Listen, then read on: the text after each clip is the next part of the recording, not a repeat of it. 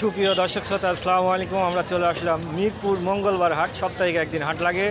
নিমতলায় থেকে এসে আসলে দেখতেই পাচ্ছেন ধনিয়া পাতার চপ ভাজি করছেন। মাত্র কয় টাকা পিস? মাত্র 10 টাকা পিস বিক্রয় করছেন। আর সম্মুখে মায়ের রমজান উপলক্ষে আসলে সুন্দর, তারা প্রত্যেক রমজান মাসে আসবে না, তাহলে রমজান মাসে তারা আসবে না, শুধু মঙ্গলবারে রোজা বাদে তারা বেচাকেনা করবে।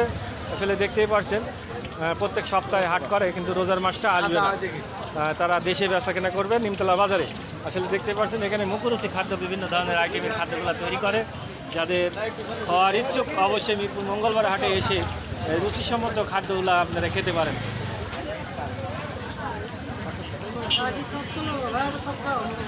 আসলে সুন্দর, দেখতেই পাচ্ছেন তারা সুন্দরভাবে তারা খাদ্যগুলো তৈরি করছেন। যাদের খাওয়ারও ইচ্ছুক তারা অবশ্যই এসে আপনারা বাসাতে পার্সেল করে নিয়েও যেতে পারবেন। এখানে বসে তারা খাওয়ার ব্যবস্থাও করছেন।